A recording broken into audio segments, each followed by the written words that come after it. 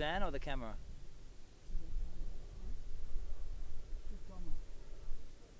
Best way to do it is to Okay. I mean, I have two things. This is Should I put the sunglasses? It's okay or no? okay. Better the yeah. No, I shouldn't.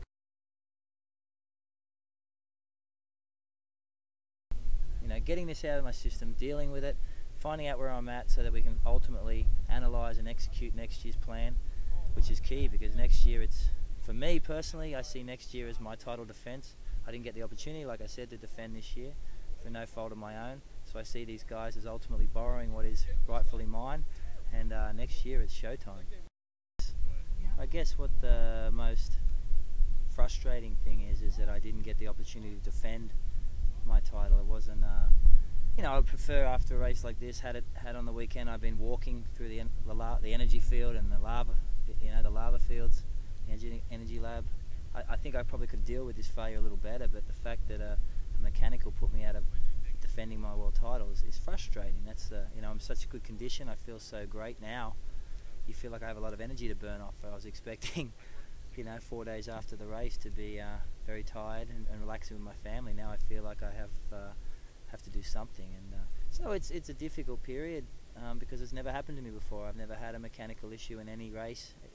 I just have to deal with it. You know, sport's very good in teaching you with success and failure. I think as a sportsman you deal with failure a lot more than other people because there's a lot of things that don't go right, whether it's in training, whether it's in planning, and especially in racing. So you know, it's tough. It's a matter of getting my head in the right place, which takes time. It's not going to happen overnight. It's about allowing what happened. It's happened. It's unchangeable now.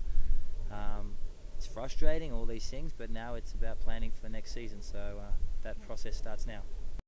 Yeah, anyone who's knows me, I'm very analytical post-race, whether it's success or failure, post-Frankfurt, and that allows me to measure up my competitors for the next season. Usually I know where I'm at because that's the only thing I can be truthful with myself in. I know how my training was, how I felt during the race, how my run was executed. This weekend in Hawaii, I don't know. You know, everything was great. My swim was right where I needed to be. I was fifth out of the water.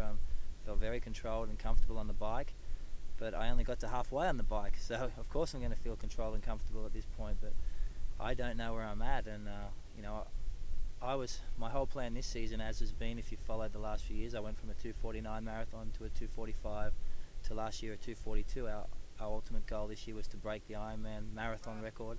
I think I was in condition to do that. I've been training with the marathoners in Boulder, and I wanted to know if the training we'd done worked. The test sets showed it was working. I was running some great test sets in training, but I ultimately don't know now.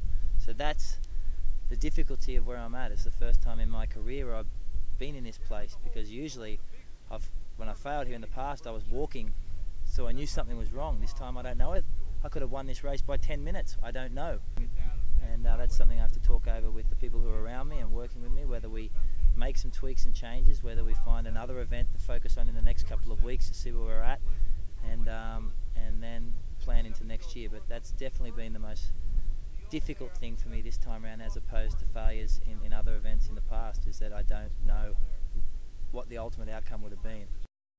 You know, nothing was different than last year. The winners did the same as they did last year. They didn't go any quicker, marathon, bike or swim, than last year, and so it's not a matter of me not being able to be competitive with those guys. It's whether I had stepped up a level. Obviously they hadn't, and I have to ask myself whether I had improved, and I don't know that now. So I'll be looking. There's an event in Bermuda. They're not really the events I've trained for though.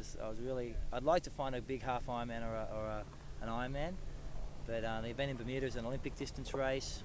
I think I'll have a crack at that. There's some fast guys there, and see how it ultimately pans out. I think my run will be very, very impressive. I did a 13-mile run race in Boulder 5 weeks ago, just post Monaco 70.3.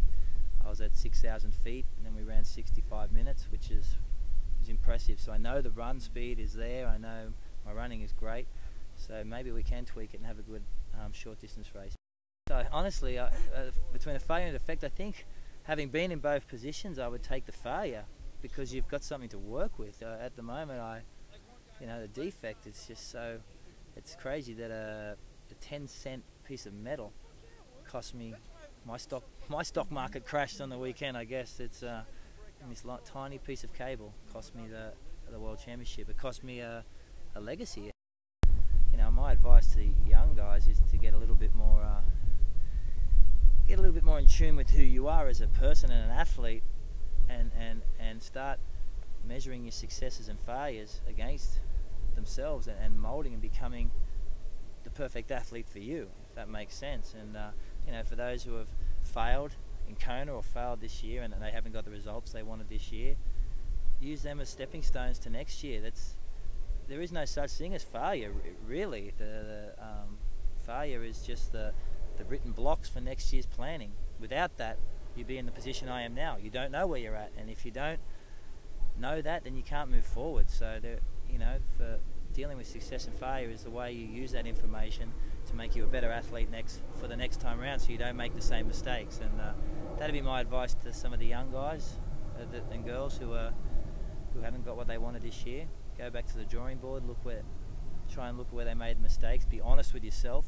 There's no egos with yourself. If you have an ego with yourself, then you're supposed to fail. And put a group of people around you who can be open and truthful with you as well, that don't just tell you what you want to hear, and then go from there and plan and try and access people who can give you that information if you don't have them around you already. That's what I'm going through right now, and I've already started that. I write everything down on a piece of paper. Who are the athletes I should look at training with next year that will benefit me, and where I'm going to train, how I'm going to do it, the races I'm looking at, the mistakes I made this year, whether I spent too much time away from my family. Everything in your life, everything, whether it's what you eat, where you live, how much you travel, how much time you spend in the air, how much you drink, how much you party, everything affects ultimately the result in the biggest test of the day. So they're the things you need to look at, absolutely everything in your life, and that's what I always do, and that's what I'm doing now.